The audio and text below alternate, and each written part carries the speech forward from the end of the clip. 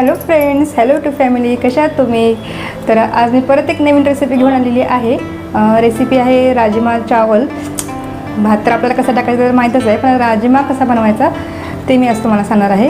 तर छानशी रेसिपी आहे. तर चला मी तुम्हाला त्याचे इन्ग्रेडियंट्स दाखवते, साहित्य की मी त्यासाठी मी काय काय घेतलेलं आहे. साहित्य तेच असतात, पण आपण बनवतो कशी ती पद्धत वेगळी असते. फक्त त्या पद्धतीवर ती टेस्ट असते. चला तर आपण आता मी तुम्हाला आता दाखवते की मी काय काय साहित्य घेतलेलं आहे आणि मी माझ्या व्हिडिओला सुरुवात करते. तर तुम्ही बघू शकता हे अशा प्रकारे राजमा आहेत. हे राजमा मी तुम्हाला फक्त असं दाखवत आहे. हे राजमा जवळपास 10 ते 12 ते 15 तास भिजू घालायचे. ते छानपैकी भिजले पाहिजे. ते भिजल्यानंतर बघा आधी असे असतात, मग या कलरचे होतात भिजल्यावर. आणि जवळपास चांगले भिजलेले असले बघा टुंब फुगलेलं आहे हे राजमा. हे बघा अशा प्रकारे. आणि त्याच्यानंतर मग हा राजमा भिजून आणि नंतर मी शिजून घेतलेला आहे. म्हणजे जो कुकरमध्ये जवळपास 5 ते 6 शिट्ट्या घेतलेल्या आहे. तुम्ही बघू शकता माझा राजमा किती छान शिजलेला आहे, कारण की प्रत्येक राजम्यामध्ये एक मधातून चीर पडलेली आहे. इतकं तो सॉफ्ट शिजलेला आहे. राजमा जास्तीत जास्त 5 ते 6 किंवा 7 शिट्ट्या करून घ्यायच्या भिजू घातल्यानंतरसुद्धा. आणि हे कांदा, टमॅटो, अद्रक, लसूणची पेस्ट आहे. पुन्हा हे सर्व साहित्य लाल तिखट, काश्मीरी मिर्च, धनिया पावडर, मीठ चवीनुसार, गरम मसाला, हळद आणि या प्रकारे हे जिरे आणि खडा मसाला, अख्खा खडा मसाला. तर मी कालच्यासारखंच तेल गरम करायला ठेवलं होतं. तेल टाकलेलं आहे, कढई गरम झालेली आहे. तर आता मी लगेच याच्यामध्ये सर्व इन्ग्रेडियंट्स टाकायला सुरू करते. सर्वप्रथम मी खडे मसाला टाकत आहे. दालचिनी, विलायची, लवंग हे बघा टाकलेलं आहे. आणि आता मी जिरे टाकते. जिरे नंतर कढीपत्ता टाकते. कढीपत्ता थोडासा तडतड जास्त आवाज करतो हे बघा. आणि या 2-3 हिरव्या मिरच्या. हिरव्या मिरच्यानं कशी छान टेस्ट येते. तर मी याच्यामध्ये आता कांदा चिरलेला नाही, कांदा चिरून पण तुम्ही टाकू शकता. पण मी कांदा, टमॅटो, अद्रक लसूणची डायरेक्ट पेस्ट बनवलेली आहे. तर ती मी डायरेक्ट नाही टाकणार, आधी मी मसाले टाकणार आहे. हे बघा हे मी मसाले ऑलरेडी तर रेडी केलेले आहेत. तर आपण टाकतो.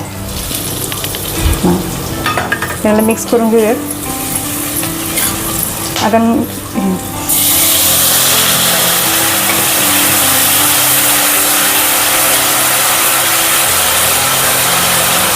कांदा टोमॅटो प्युरी मी ॲड केलेली आहे. बराच तडका खूप चांगला बसलेला आहे. तर आता मी याला छानसं तेल सुटेपर्यंत याला मी झाकून ठेवते. थोडंसं हलकंसं पाणी पण ॲड करते याच्यामध्ये.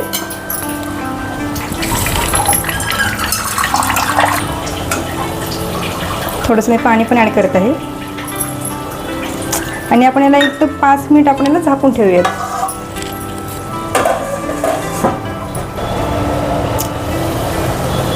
बघा आपला मसाला तयार झालेला आहे. छान मसाला तयार झालेला आहे. तर आपण याच्यामध्ये आता जे आपण शिजून राजमा घेतलेले आहेत ते आपण याच्यामध्ये ॲड करूयात.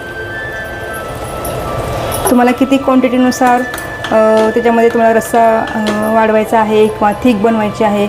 पण थोडासा रस्सा टाईपच बनवा, जेणेकरून हे जास्त करून राईसवरच खाल्लं जातं. राईसवरची टेस्ट खूप छान लागते. आणि दुसरी बात, हे राजमा जे आहे ना ते शरीरासाठी इतकं छान, आरोग्यासाठी इतकं चांगलं असतं की याच्यामध्ये आपल्याला किडनीचे जे आजार असतात ते आजार होत नाही. आणि किडनी ही आपली निरोगी राहते याच्यामुळे. ज्या कडधान्य आहेत, चणा आहे, मूग मटकी आहे, जसं आरोग्यासाठी चांगलं असतं त्या प्रकारचं राजमाचं पण महत्त्व शरीरासाठी तितकंच चांगलं आहे. अशा प्रकारे आपली भाजी ही तयार झालेली आहे. तर आता आपण याची प्लेटिंग करून घेऊयात. हे बघा भाजीचा कलर किती सुंदर आलेला आहे. हे बघा. तर आता आपण प्लेटिंग करून घेते राजमा चावल. तर आता मी ह्याच्यामध्ये प्लेटिंग केली की तुम्हाला लगेच दाखवते.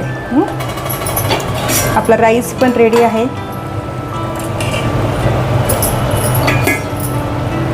हो गरमागरम राईस.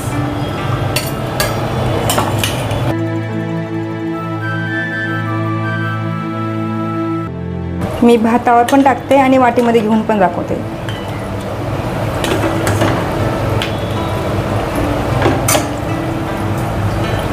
बघा